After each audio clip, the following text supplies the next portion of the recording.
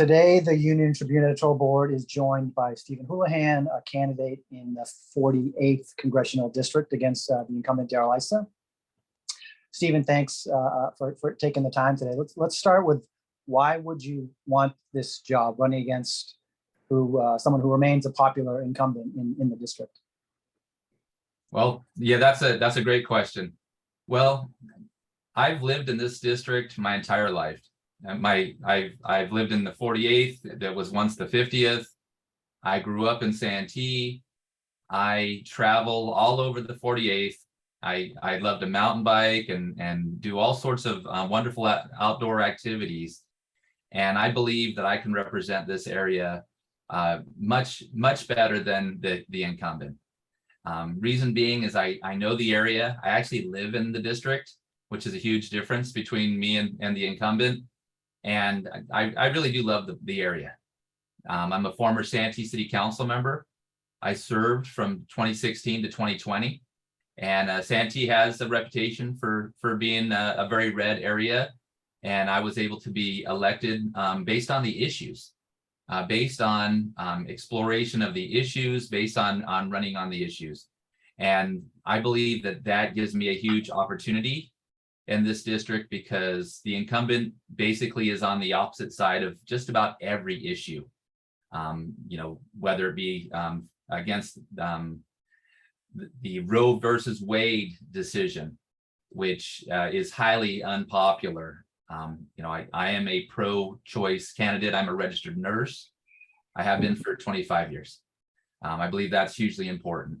I am also a big believer in our Constitution, and I believe the events of January 6th were a direct violation of our Constitution, and I do believe that the incumbent actually violated his constitutional oath to uphold the Constitution. So on and on and on. So many reasons why the incumbent has failed to represent us. Also, the former representative failed to represent us. And so a lot of it just goes back to corruption. It just seems that there's this issue of corruption, and it crosses party lines. So I don't want to go on for too long, but I'll try to be more succinct. But this is a huge issue of corruption, of lack of representation within California's 48th. Well, and to be clear, when you say corruption, you're talking about Duncan Hunter, not Darrell Issa? I believe they're both corrupt. How do you say that Darrell Issa is corrupt? Well, I would say during the first round of the payment protection plan loans, it's well documented that Darrell Issa took over $150,000 in bailout for one of his real estate corporations, and then he turned around and put that same amount of money into his campaign. That's not right.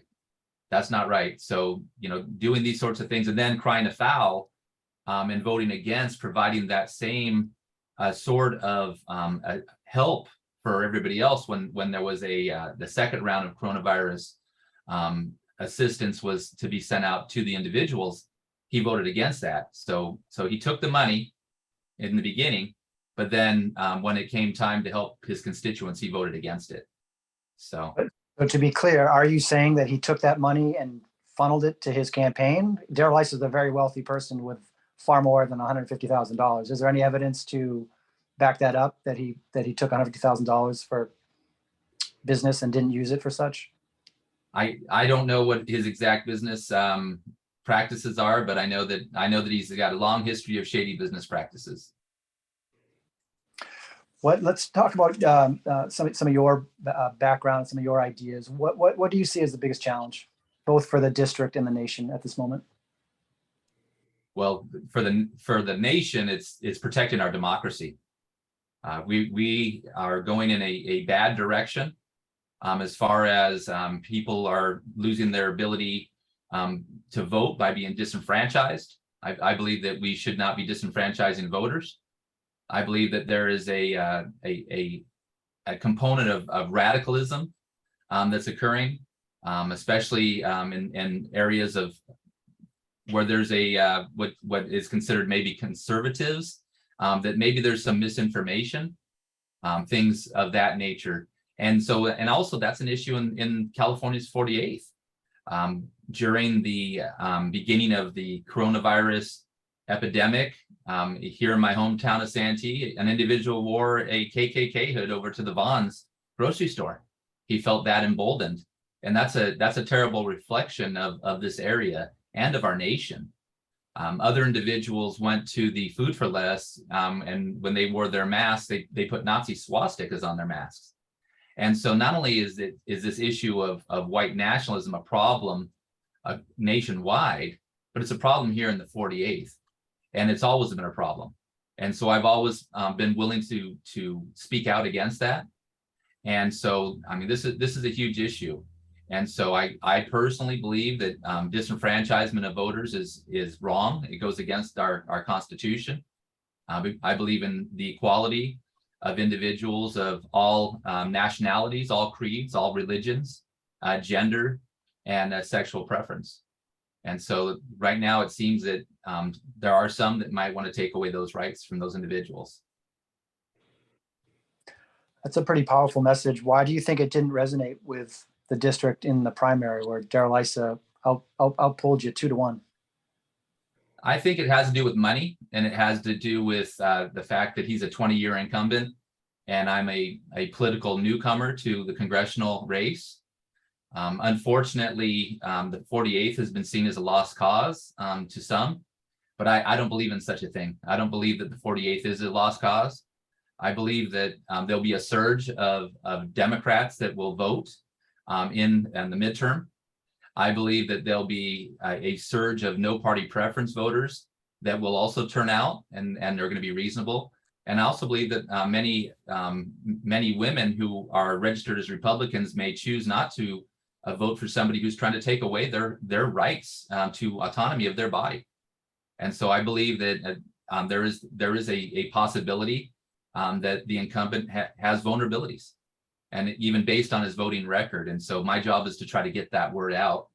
And, hence why I would want to be here with you now to get the word out about his terrible voting record and to dispel the lies and misinformation that have been put out into the 48th Congressional District. How do you get that message out, given, as we said, the primary kind of didn't go close to your way? The general election leaves the two candidates, right, rather than a little larger field. But we talked about Issa's personal wealth. He has a lot more money to spend on this campaign, and probably will spend more, right, than you will. So how do you get your message out in a district that doesn't cut your way? Well, it's through sheer grit. That's one way, by getting out there and being out with the voters, by taking every opportunity to speak to voters. I walked many miles going door to door and trying to talk to not only Democrats to get them to actually vote and no party preference, but also bringing it directly to Republicans, even those that may have Trump flags and all sorts of things like that in front of their house, and trying to engage them in dialogue. And I've been very successful in doing that. And I would say, although the primary may not have seemed as successful, I actually see that there was a certain amount of success, as far as if you were to take the other candidates and put their votes, which were not for Darrell Issa, it was a little closer than it might have seemed. It's since it's not a presidential election, usually there's a lower turnout of Democrats. And so I believe that his turnout is likely static. When we look at the the numbers from the 2020 election, Issa coming in probably more like 175,000 votes to an Amar Campinyar, who came in at about 147,000. But Amar made some mistakes and alienated himself from his base, and I won't make those mistakes. And so I believe that it's quite possible that with what's going on in our nation, there may be those that may not turn out on the far right, and those that are on the left and in the middle that will vote for me. I'm going to kick the mic to my colleagues in a second, but I do want to ask, we have a lot of questions about issues, obviously. Thank you for your replies and your written Q&As to us. Let me ask you about climate change, because obviously we're talking today on a day when the state of California is poised to take a pretty big step towards eliminating gas-powered cars. There's serious questions about the ability to make that journey with inflation, supply chains, the metals we need for batteries, the industry's ability to churn out cars at that level, people's ability to buy those cars, which is a hugely open question when electric vehicles currently cost $65,000. So I guess, how do you balance the need to have a greener economy and a greener world with the economic realities kind of standing in the way of that? That's a great question. Well, I already have a track record of being an environmental champion. I'm the president of Save Mission Trails, and just a little less than a decade ago, we stopped a gas-powered power plant from being put at Mission Trails Regional Park.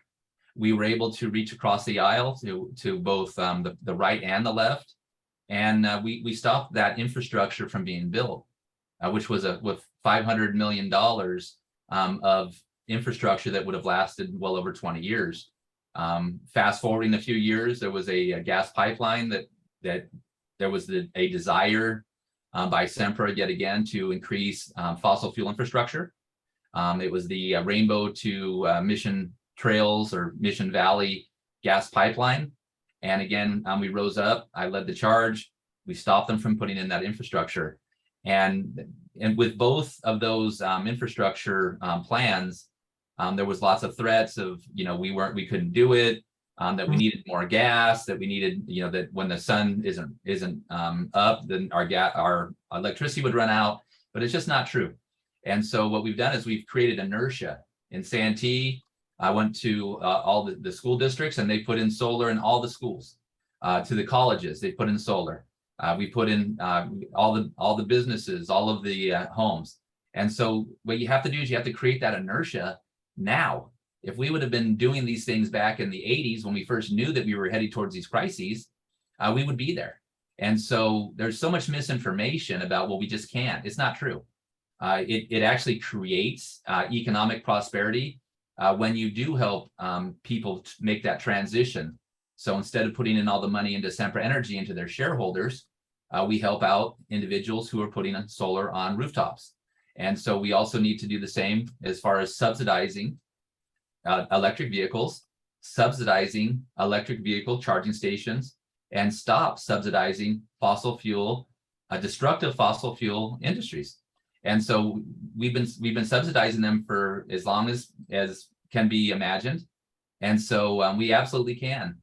We can create technology within the next, we're looking at 13 years out to 2035, and meet those and meet those goals. And it's not a matter of a decision on whether to do it or not, because the economic ramifications, especially for an area like San Diego, is that the ocean will rise. There will be storms. The bluffs for many people's homes will continue to wear, and their homes will fall into the ocean. Downtown San Diego will go underwater. And so it only makes sense to go forward.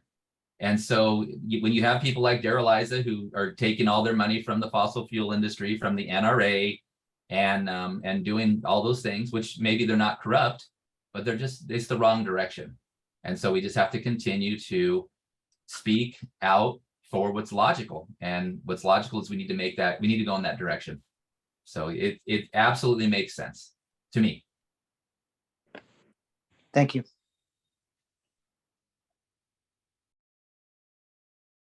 I'm going to switch gears and ask you about immigration. Santee has a growing number of people of color, a lot of Latinos in Santee, some of whom might not be able to vote, or some of whom might be part of the DACA program. What would you say to those folks living in your district about the future of immigration in the United States?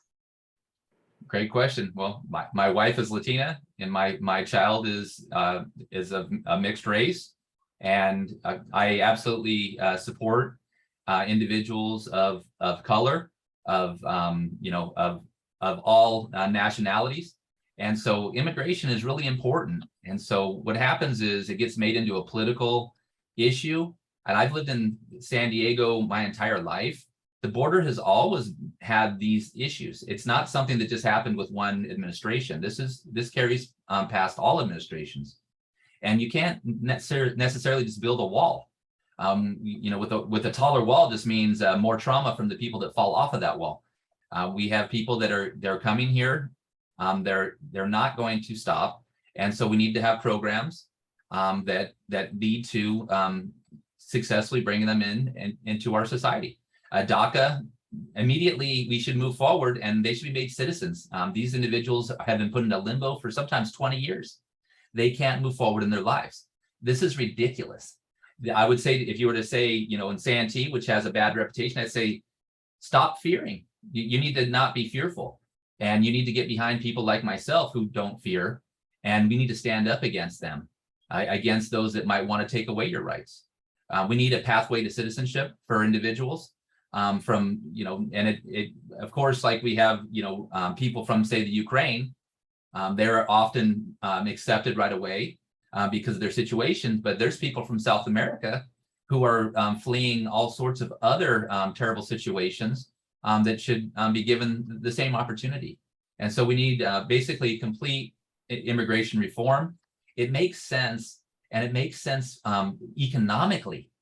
The reason why we have a terrible problem with inflation is because we don't have workers. And so we need workers, and we need workers from all levels. I'm a registered nurse, and many doctors I work with are from all over the world. They're from all over the world. We have a shortage of engineers. We have a shortage of also agricultural workers. And so we need to welcome them in, and we need to create an immigration court system that doesn't keep people stuck in bad situations. It makes financial sense. And so we need the modernization of Farm Workers Act. We need a pathway for citizenship for critical workers. I'm a registered nurse. Much of our registered nurse workforce are from the Philippines. And so we can do this. We already have.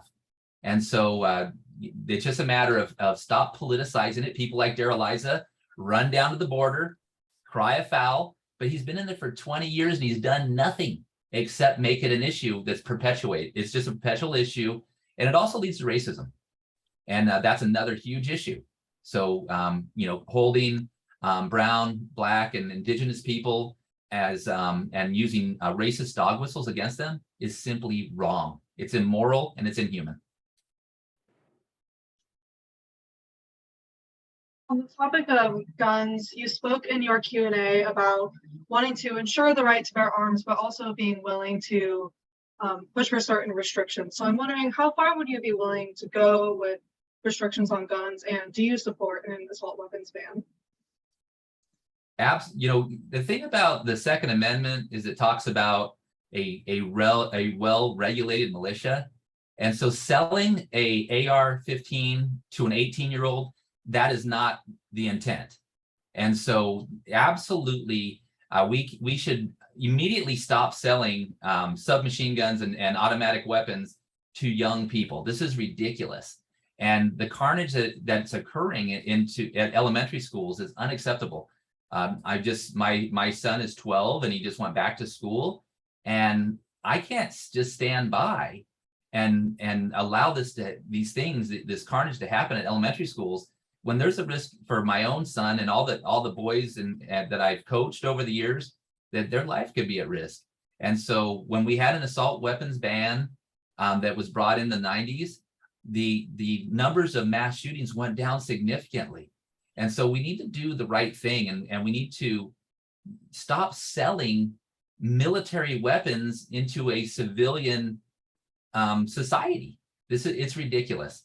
Now, I also, as a traveling nurse, I lived up in Alaska. I lived up in the Arctic. And so there is a time and a place where having a firearm makes good sense when you're in an area that is, the habitat of grizzly bears and polar bears. But guess what? There aren't none of those here in San Diego except for at the San Diego Zoo. And so it's absolutely unnecessary in our environment to have these sorts of weapons. And then in Congress, to hear congressmen and senators justify the need for automatic weapons and assault weapons because they need to go shoot prairie dogs and these sorts of things to clear their land. That is a terrible argument, especially when we just had these terrible this terrible situation in Texas where so many children were massacred. And I'll take it one step further. I'm a critical care registered nurse. I have seen and taken care of many hundreds of individuals who have been the victims of been shot and died. And so I've seen it firsthand that how terrible it is when someone is shot and when they die. I've seen officers of the law shot. I've seen individuals who had nothing to do with the situation who've been shot, and also people who've shot themselves. So we need to expand things like mental health services. We need to have smart gun regulations, but I'm not saying we should take away every single gun from every single individual. It's impossible. But I do support an assault weapons ban. It only makes sense. We don't need it.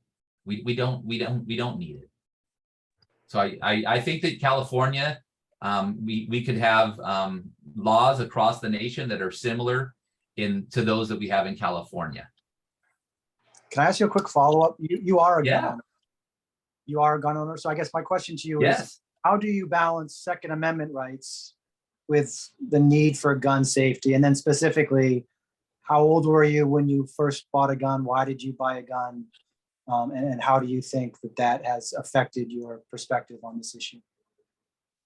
Great. Yes, I am a gun owner, and I didn't purchase a firearm until I moved to Alaska because out of necessity.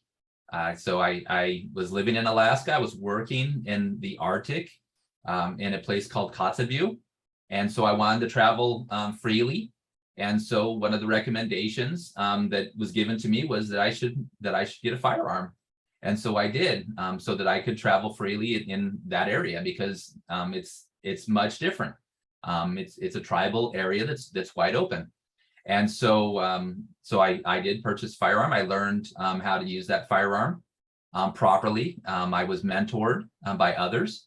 And so and then when I came back to San Diego, I brought that firearm back with me. And so and that wasn't until I was in my mid to late 30s. And so I support individuals owning long rifles for hunting. But guess what? We didn't need an AR-15 to protect ourselves from a grizzly bear or a moose. And for hunting, you would never use those weapons because it would spoil the meat. And so it just doesn't make sense. They're not good for hunting. They're unnecessary in a place like San Diego. And another thing, what I've done is mentor others. So as a gun owner, what gun owners should be doing is mentoring and teaching others proper firearm safety. And so that's where most of us are, where most gun owners are. We're not all radicals like Darrell Issa, who just says, go ahead and the NRA gives me money. And so it just becomes an industry. It's just another industry. And so I believe that gun clubs should be a big part of that, and should be mentoring others. I hope that answers your question. Joe Biden's student loan proposal came out yesterday to initial broad cheers from part of the political spectrum. But as the day wore on, the biggest critics of the measure by far were moderate economists and moderate Democrats, who said, how can you possibly call this fair to single out a certain group for help in an America in which so many people are struggling? A survey that came out last summer showed that 25% of American households have zero savings, and that this group was concentrated among those who do not have college degrees. So what do you say to the argument that cherry picking one group for heavy relief at a time when so many households are hard up is not fair? It's another great question. When in politics, when someone comes out with an issue and a solution, and the people to the right and the left aren't too happy, a lot of times those are the better solutions. And so, yeah, we could say that everyone, many people are hurting right now, but that doesn't mean we shouldn't help anyone. And so this is just one of many programs and proposals. It's not even, the $10,000. It's not a massive sum when college can cost upwards of $100,000, $200,000, $300,000. Student loan debt has been made into an industry. And so really what needs to happen is we need to get to the crux of the problem, is that basically the youth are being put into into terrible debt for their college educations. And then, but when they're going to high school, we sell it as you have to go to college to be successful. And so I believe that community college, it was cheap when I went to community college. It should have stayed that way. So to go to no problem with going to community. Go ahead. Community college tuition is salary is wage adjusted. Community college is essentially free for people who don't make $40,000 a year. So community colleges have not gotten more expensive in California over the years. Well, and then if you look at, I went to San Diego State University for my to get my bachelor's degree, and it has become more expensive. So we need to look at adjusting the increases in tuition. It should actually be kind of locked with inflation, and it shouldn't go up rapidly. But then those that go to private schools, I don't know that there should, if you chose to be a lawyer and you went to private school, I think that private schools should have the option to charge what they will. And so we should look at the state-run colleges like the UC system, the San Diego State system. They should make it reasonable for those to go to school. And like you said, not only is community college hasn't gone up so much, community college should be free. It should be free. And to give a $10,000 amount back, if you look at the first coronavirus bailout that was given out to businesses, they gave out billions of dollars to businesses who right now are making the most incredible profits and likely price gouging all these individuals. So again, I believe that it's probably not as bad as everyone has set out to say. Inflation is a problem where we don't have enough workers. A lot of the problem was brought in by the coronavirus, the pandemic. Supply chains were hampered. People weren't able to go to work. And so if you look at a place like, say, Turkey, their inflation, the rate of inflation was like 25%. This isn't something that's just happening in the United States. And so when people try to say, oh, well, when you try to help out the common man, you're just increasing inflation, it's just not true. It's just not true. More money was spent in bailouts during the Trump administration, and none of that was even tracked. And so I believe that the $10,000 is probably will have a marginal, if any, in influence on inflation. But I also believe in helping others too. I believe that it's just one of many programs that should be very thoughtful in helping others. And also it should be audited, and it should be, and we should make sure that it's not done in the way that the first rollout of the Coronavirus Relief Act was, where it was just money for free. People saying they had businesses in places like Florida that they didn't even have a business. They just got free money. Do you have specific ideas about how to bring down the cost of education in the future, how to help future students attend college? Well, I think that the community college system, I went to Grossmont College. I think it's a great place to start. And so one of the things that people could be doing is not necessarily going directly to the most expensive Ivy League college to get their basic math and English elective or non-elective coursework done and out of the way. We should also consider helping parents like myself who are saving for their kids' education.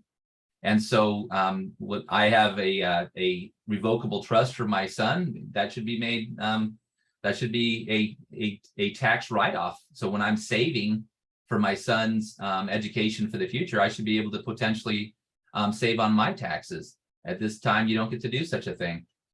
We should peg the especially state colleges, the UC systems, the state systems, so that they can't increase tuitions as rapidly. And but there's so much that needs to be done. With teachers, I've actually been a professor. I was an associate professor at USD. And so for a professor, it's hard to even make it or to get your tenure. And so professors are underpaid. Students, or I would say at the high schools, the teachers are underpaid. So it's very sad. It's very sad. So we don't invest properly into our educational system. A lot of the ways that especially high schools are funded is based on the taxes of the area, of the tax revenues pulled from the area. So that causes a perpetual cycle of underservice to certain neighborhoods, whereas other neighborhoods where they have the money to send their kids, that they're the most well funded. And so we need to look at overhaul. And I would also say that when we're given, when there's a forgiveness of student loans, why wouldn't teachers, be right in the forefront of that? They're the ones that have had to go back to the classes. They're the ones that typically don't make as much. Same with nurses although nurses typically make a pretty decent wage, but they are sacrificing the potential health of their families when they contract coronavirus. Almost every nurse I know has contracted coronavirus. And so maybe, instead of a broad brush approach to student loan repayment, maybe it could have been a little more focused.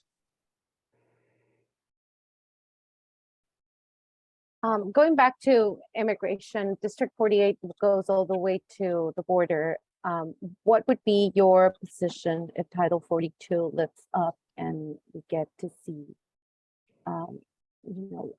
all this immigrants that have been straying in Tijuana or in the southern border, just trying to get into the country? Could you just repeat your question a little bit? Title 42 that has been implemented since the pandemic has been, making that a lot of immigrants stay in Tijuana for more than 2 years waiting their process to start. So what would happen, or what would be your reaction if Title 42 finally lifts up and people are trying to get into the border irregularly? Gotcha. Okay. Well, Title 42 is unjust, and it's just wrong. First of all, those that are stuck at the border that are refugees, they should not have to be housed in a different country. We should follow our own rational immigration policies. If somebody is at risk of being killed for whatever had happened back in their native land, say they were that their land was taken from them, they already a terrible injustice has occurred. And then when they get to our border and they're seeking justice, then the next thing we do is we do yet another unjust thing. Separating families was a terrible idea, terribly unjust. And why would we do such a thing? So what we have to do is expand our immigration courts. And so that way they can be put through the system and get their day in court as rapidly as possible. Now, I'm not saying that we should just open the floodgates to just anybody and everybody. There has to be some level of control, and there has to be a level of security. But also for those that have that are legitimate refugees, they should be able to get their day in court. And the immigration judge should be able to make a decision, and they should be able to be brought into our country. And many of them will become, and probably most of them, most first generation individuals who come across to this nation become active and very, very good participants in our economy, business owners, hard workers. And so, to perpetuate these racist stereotypes of what somebody from south of the border is wrong. And that's a lot of what's happening with my opponent, with the incumbent, constantly going over to the border, constantly, saying how we need a bigger wall, a longer wall. Walls don't work. There's always a tunnel underneath the wall. There's always people going over the wall. What we do need to do is we need to fully fund our immigration courts. We need to make sure that people are treated justly. We need to stop separating families. There's children that have been separated from their parents, and we just can't get them back to their parents. Also, the types of incarceration that are occurring, it almost becomes industrialized, using private prisons to put individuals who have violated no law. And so it's very sad. It's very sad. And with climate change, there'll be more. There's going to be more and more people coming as the land to the south becomes less and less hospitable. And this is occurring across the world. If you look at what's happening in Europe with people from the Middle East and from Africa, this isn't a unique situation. And so another aspect to try to make it better would be to actually go to those countries and try to work with their governments to restore justice. And a dollar spent here is much, it doesn't work quite as well as a dollar spent there in those other nations, and helping them to have justice and to have a system of governance that represents all. And so, yeah, it's very sad, but there's a lot of racism involved, and that's one of the challenges with even speaking of this issue in the area. On the other side of the spectrum, there's, the people here, especially as a long-time resident of San Diego, commuters that go work in San Diego or go to school in San Diego, but live in Tijuana. And most recently, they have been submitted to long lines, hour waiting lines. And that is something that has been going on for years and years. What would be your position on that? And especially, when was the last time that you crossed the border? Well, first of all, there needs to be a higher level of automation so that you have security. But for those that are secure to come across the border, we need to make sure that we expand like the Century Pass model, so that when people do go across the border, they can come back in a more expedient manner. There are possibilities that we could create additional automation as far as notification to people when would be the best time to cross, wait times, reservation type systems where you reserve the time to come across. There's so much that can be done, and what's happened is we've just underfunded the area. We haven't done enough to modernize. Now there is another border crossing that's being that's being funded. That makes sense, so that there's not such a massive funneling effect. As far as commerce, international commerce and across the border commerce is really important. And so we need to make sure that commerce is streamlined so that goods and products can make it across the border. For those that are seeking education, that maybe they're expatriates that live on the Tijuana side that need to come across, they shouldn't have to wait in such terrible long lines.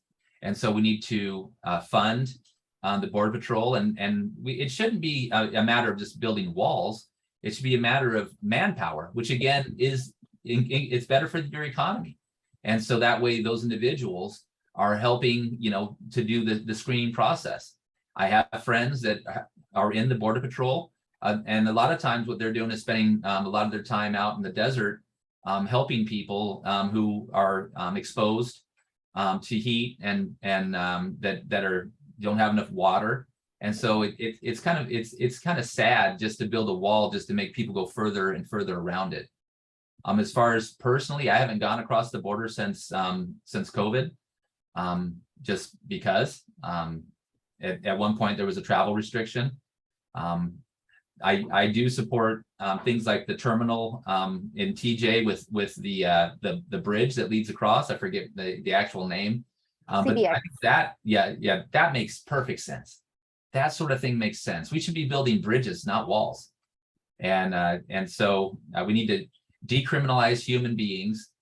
We need to allow people to come across if it's whether they're a refugee from their own country, whether they're at risk because of some sort of politics, and also for those that live in Tijuana that are expatriates, they should be able to come across. We all benefit from that, from cross-border commerce and the ability to move back and forth across the border. And if you were to ask me how many times have I been to Tijuana, I've been there thousands of times. but it sure has changed since I was a man in my 20s versus now a man in my late 40s. Thank you. You mentioned your campaigning and going door to door and the amount of time you've lived in Santee. I'm wondering, what sense do you have of the changing demographics of your area? It's certainly a place where not affordable, we can't use the word affordable housing, but at least slightly less expensive housing is being developed. Do you see that changing? And is that changing the demographics politically sufficient enough to actually have a shot in this race? It absolutely is. Things are changing. And as stated by a member of the panel, there's more Latino, Latinas, more Black individuals living in Santee, and they should be welcomed. The history of racism in Santee needs to be overcome, and in the East County in general. Many people are choosing to self-elect to leave, people who are more radical, and that's okay. They have the freedom to do so.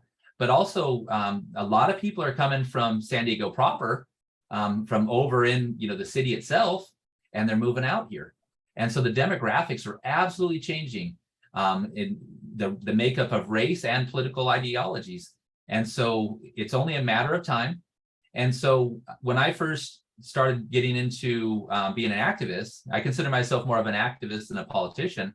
The San Diego City Council was a majority Republican and very conservative back in the early 2010, 2012, in that time period. And we can see over in just one decade, things have changed dramatically. And now we have a majority Democrat run San Diego City Council. Now let's look at the County Board of Supervisors. The County Board of Supervisors was majority conservative Republicans for as long as I can remember, and times have changed. And now there's a 3-2 majority for a Democrat majority in the Board of Supervisors. And so this is going to continue to occur. We're looking at a possibility up in Escondido of that becoming a Democrat majority board of city council. La Mesa as well, even though La Mesa is not technically in California's 48th. And so this is what's happening, and it is an absolute inevitability in the East County. And so this is what's going to happen. And over time, whether it's this election or in the future, eventually individuals like Darrell Issa they simply won't be able to move districts like Darrell Issa did. He wasn't the representative here. He lost his district because I think he retired when his district changed. And Mike Levin ran against him and narrowly lost. And now Mike Levin is their congressman appropriately. And so that's what's going to happen here in California's 48th as well. It takes time, but you got to be in it for the long game. And my following is growing rapidly while Darrell Issa's is shrinking. And given the positions that you take, some of them, they don't sound particularly centrist. They sound pretty far to the left. So I'm wondering, do you temper that when you do go to a house where there's a Trump flag on the house or a yard sign? Or are you consistent with your message, or do you kind of tone it down a little when you know who the opposition actually is? Well, I'm absolutely consistent, first of all. But when you go door to door and you speak to people, you need to talk about the issues they're interested in. And so maybe if we would say, well, as far as climate change, someone might say my ideas are on the left. I would say they're not. I would just say that the most outspoken in people on the right, they are out of touch with reality. And there's a new generation of Republicans and no party preference that absolutely know that the science of climate change is here, it's real, and it affects us all. So if we were to talk about climate change, why don't we talk about wildfire and so we don't necessarily have to say Green New Deal, but we can say, well, what about the wildfire risk to your property?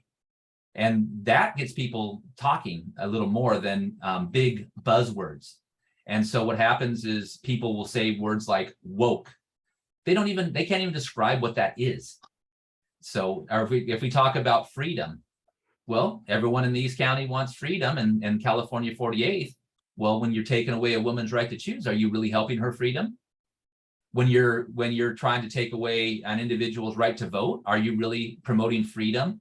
And so you have to engage a dialogue, and that's what's missing in politics, is that dialogue.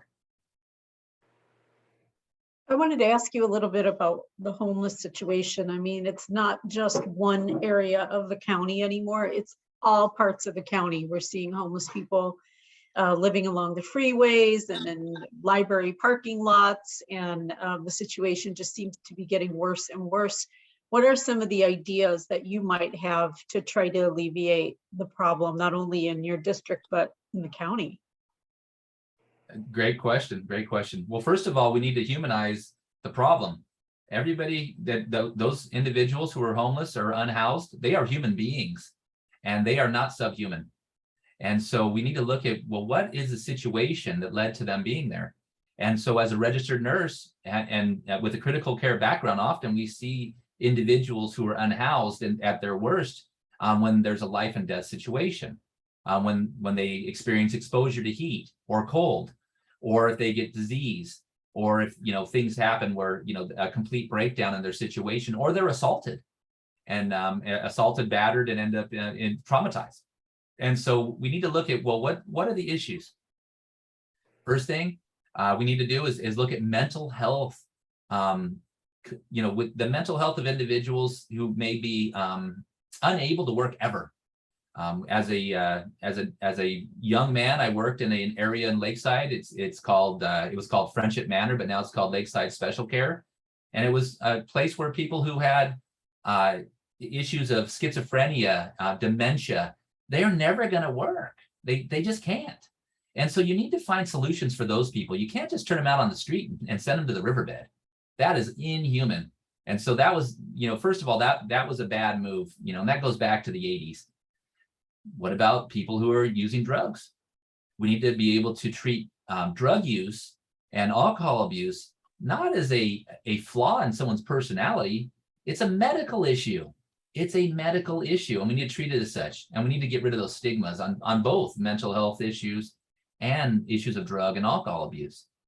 There are some that are just experiencing tough times. And so we need to have a whole other way of handling those issues. And so often those individuals are living in a vehicle. And so having safe parking lots, that makes sense, so that they're not just dispersed, and then bring the services to them there, especially individuals who have children. That is not okay for children to become homeless or to separate the families. We need to try to help homeless mothers, homeless fathers, and we need to have programs immediately. One such program is going to occur between Santee and Lakeside, over off Riverford Road, where you have the very small homes, small dwellings. So at least there's some shelter and a bathroom and hygiene facilities, so that people can at least have the basics, and be able to have water and food. And then you can bring the services to them and figure out, well, is it the drugs? Is it the mental health? Is it that they came on hard times? And then you have to pull each one out, and it has to be a tailor-made solution. Now, building urban sprawl and building many million-dollar homes, that's not going to help. And so you see so many politicians, they come up with these ideas. Well, we just need to build. It needs to be the right kind of homes.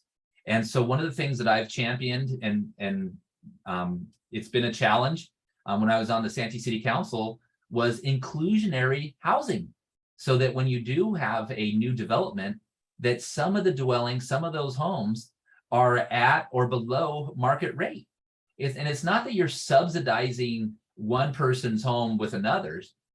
It's the market rate is the market, and you need to make sure that you write into the deeds and when you create these developments, that you'll create some inclusionary housing.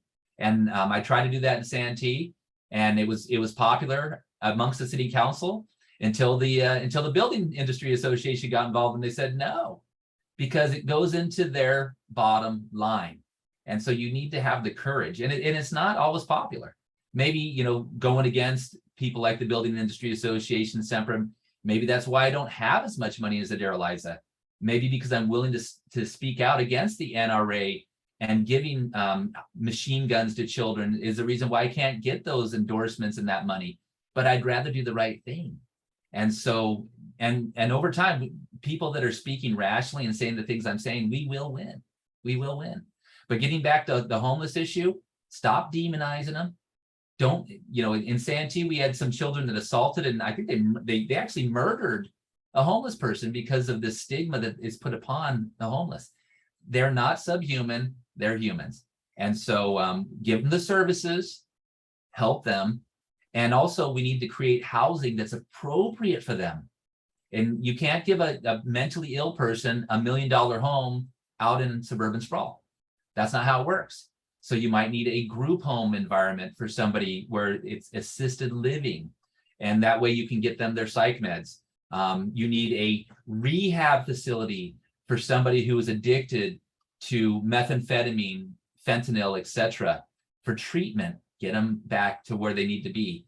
And then for those that are newly unhoused, we need to have programs that targets them immediately before they become fully unhoused and lose their vehicle and become walking, you know, where they're walking on the streets. And it needs to be multi-pronged. And so one of those, you know, inclusionary housing is one way, which is affordable housing. Develop the affordable housing components of your general plan. That never happens. In Congress, what I could do is bring in subsidies to the Building Industry Association or whoever is in charge so that they'll build the affordable housing component of their communities. So then as people find that they can't make the rent, they can go and live in the affordable housing component of their community. Homes for veterans, specific housing for veterans, specific housing for those that are for seniors. There's a affordable housing component in Santee right next to Edgemoor Hospital. Sometimes what happens is one member of the family or the spouse ends up in Edgemoor. The other member of the family that can't afford the housing anymore. There should be affordable housing right next to that hospital. So feel very strongly about that. So thanks for the opportunity. Can I ask you a follow-up question on homelessness? If you look at the latest numbers from the Regional Task Force on Homelessness, Santee had the second largest increase in unsheltered homelessness in the county, only behind Lakeside. It almost doubled from 2020 to 2022. So I guess to the effectiveness of your governing, is that a comment on your inability to do more on the council? Yeah, well, we had a council that was incredibly right-wing and tried to stop everything I tried to do. And so the fact that I was willing to bring forward these issues it was powerful to even speak of it. And so, yeah, what's happened is I did run to become the mayor of Santee and narrowly lost. And it's unfortunate because the policies of that council are very backwards and they're going in the wrong direction. And so what we do need is we need someone at the federal level to be able to bring in the federal money to help those people out. Santee does have the San Diego River running through it. And so one of the ways to help with the issues of homelessness is, first of all, find a way to get them out of that situation, but it's also not to cast them into a riverbed, cast them in these bad situations. So absolutely, I would say that it is a comment to the governance of Santee, but not to me personally. Thanks for that answer. We're coming up on an hour almost. Are there any other issues anyone wants to ask Stephen about? I have one question. Anti-LGBTQ legislation and rhetoric has increased at all levels of government, including but not limited to Florida's Don't Say Gay bill. Would you support legislation to combat this trend, and what? Absolutely. What's happening is they're being demonized. It's just another way that people who are on the far right are demonizing individuals. I absolutely support the rights of all and for the LGBTQ plus community. And so it is just wrong that they're trying to make legislation at a federal level to try to take away people's rights. to try to divide us. And it doesn't make any sense. People are born the way that they're born, and it isn't a moral shortcoming. And now trying to take away medications or make it harder for people to get medications for things, whether it's, PrEP meds or HIV meds and stuff. It's just yet another way that people who are in power are trying to divide us. The people of all sexual preferences should be accepted, and under the Constitution, we're all created equal. And so they should not be demonized. They should not be assaulted. And they should not be there should be no effort to say, to try to make it to where, if anyone thinks like these people, like say DeSantis, that just the exposure to the fact that somebody is gay or lesbian or whatever causes them to be such, they're so wrong. It's just not true. It's just not true.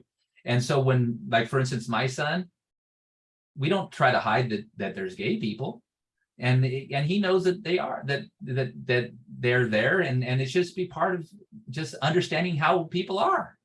And so, yeah, don't say gay. Prosecuting teachers for teaching, burning books, it's all ridiculous. And all they're trying to do is take us back to a dark ages. And, over time, what's going to happen is the East County is going to change. That all of California 48, it's going to change, and we're leading that charge. And for acceptance of all.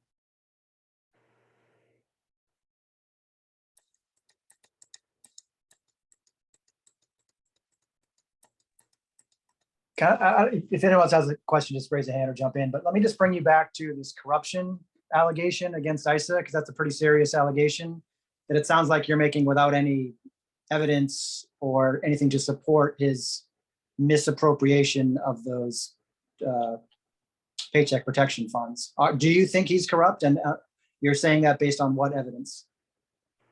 I'm not unfortunately, it seems that that his track record of having been a car thief in the past, having been an arsonist to his own building, not being able to pass an FBI background check to be part of the Trump administration, his willingness to take money from the first Coronavirus Relief Act, but voting against the Coronavirus Relief Act for the average man, to vote against a woman's right to autonomy of her body, to say he's pro veteran, but vote against medical treatment for those who have been afflicted by burn pits, to vote against stopping discrimination against the elderly.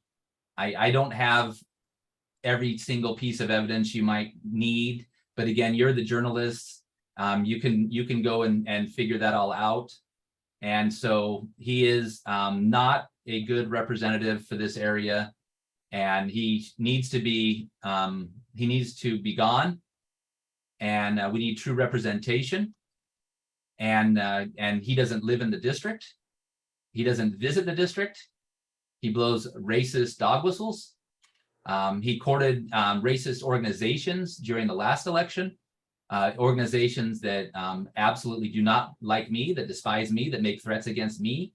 And I expect he'll use the same he'll use the same playbook in this election. And I do not fear that. He sent out mailers with congressional funds. I received 3 of them.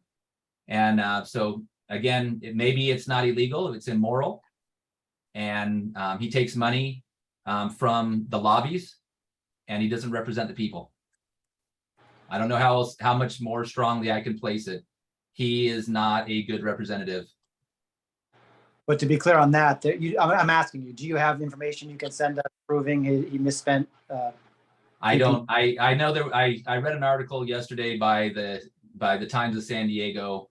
I guess I don't have that. I can look on my phone, I guess, but it was on Twitter yesterday, and so I can't say that he took the money and wrote the check and did it incorrectly. I'm sure he shuffled the money using appropriate accounting measures. Okay, why don't you take 30 seconds and give us a close, focusing on why you, not necessarily why people should vote against Darrell Issa, but why people should choose you to represent them. Awesome. Well, I appreciate that. I'm a registered nurse. I've spent my entire life serving the people of not only California's 48th, but of all of San Diego County. And I was a traveling nurse. I have a love for humanity, a love for planet Earth. I am a person that believes in science. I am pro-choice. I believe a woman should have the autonomy to make a decision of how she wants to plan and raise her family. I am a son of the U.S. Navy. I support veterans, and I also support their care after they serve. I actually used to teach at the VA hospital. And so I believe that individuals that are afflicted by things like burn pits, et cetera, they should be covered. And my grandfather and father served in the Navy. I believe that we should be prepared for things like epidemics, like coronavirus, monkeypox, et cetera, and that we should not politicize them.